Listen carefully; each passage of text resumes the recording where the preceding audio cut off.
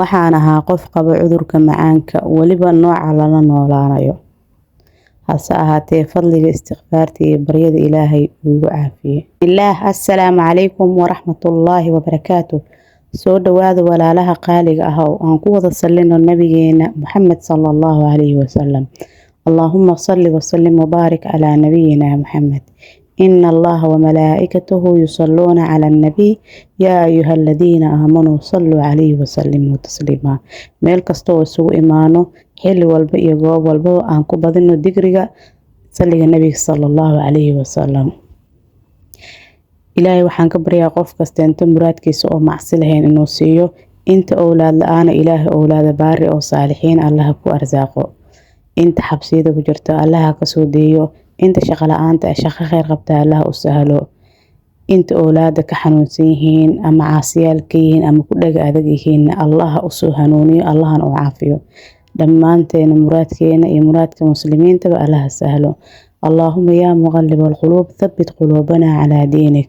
اللهم يا مقلب القلوب ثبت قلوبنا على طاعتك. اللهم أرنا الحق حقا وارزقنا الاتباع. اللهم أرنا الباطل باطلا وارزقنا الاجتناب. الله سبحانه وتعالى وحن ويديسننا إنه قفكينا يجيردينا كل منين وحكستين أو وناكسن وخيرا أو نوافجو شرطا أو نهرير مريو.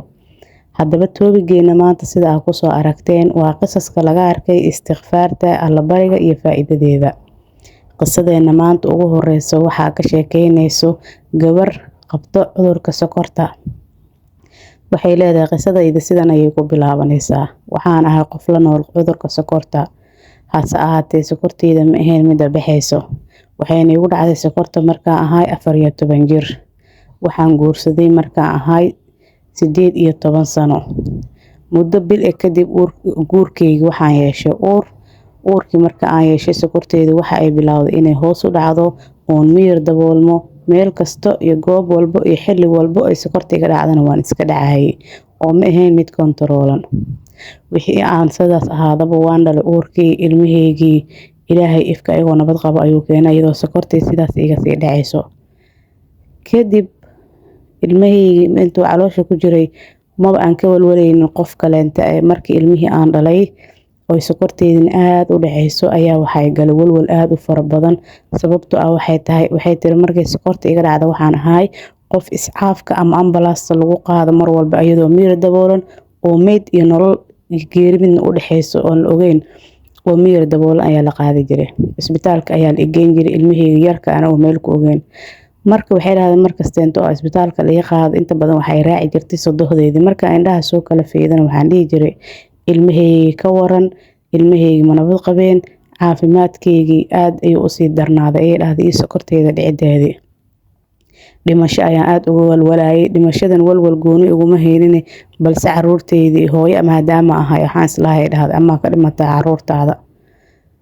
marka muddo saas ahaa Ilaahay fadligiisa marka dambe Ilaahay wuxuu i waafajiyay in aan bilaabo istighfaartii. markaan muddo wada istighfaartii iyo salaatul leyl sokortii dhicitaankii way joojisay oo sidii hore ma ay ahayn si tartiib ah oo marka ay dhici rabto waan sii dareemayay ayay dhahday.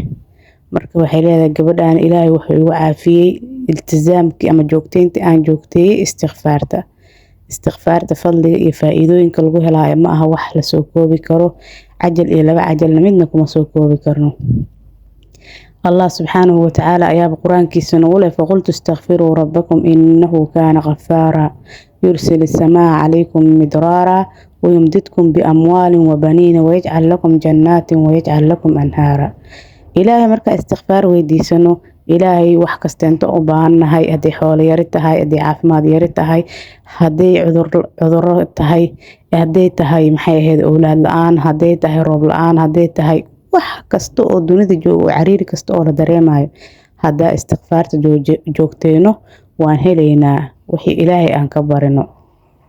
dunuubta ayaa marmarka qaarkood ka hor istaagi lahayd khayr iyo barwaaqo ah heli rabtay ayaa dunuubta ka hor istaagaysaa. marka Ilaahay dambi dhaaf aan weydiisana in badan. qisadani labaad waxay ka sheekeynaysaa gabar waxay leedahay qisadani waxay ku dhacday eedaday. waxa ay tiri eedaday waxa ay reer lahayd 18 sano. wax awlaad ahna ma aysan dhalin 18 sano eedaday. Isbitaal ayay aadi jirtay. Maalinba mid ayaa loo xayeysiin jiray oo lacagihii baa uga dhamaaday. hase ahaatee wax awlaad oo ay ku heshay malaha. markii dambe Ilaahay ayay la kaliyootay oo Ilaahay baryadiisa ayay u kala go'day oo isbitaaladii iyo waxyaabihii ay ka daba wareegaysay way ay joojisay. ثم waxay bilowday istighfaar fara badan. markay la imaatay istighfaar fara badan oo muddo waday oo har iyo habeen istighfaarsanaysay. eedaday Ilaahay wuxuu ku arsaaqay awlaad. waliba hal da iyo laba da ma ahana Ilaahay wuxuu siiyay wiil gabar wiil gabar wiil gabar awlaad sidaas isugu xigta ayuu Ilaahay siiyay. marka naftayda iyo naftiina waxaan ugu dardaarmayaa alla ka cabsiga inaan joogtayno istighfaarta u dhawaashada Ilaahay salaatu leelka sujuud oon Ilaahay ku barinaa wax kasta oo aan ku heli karnaa.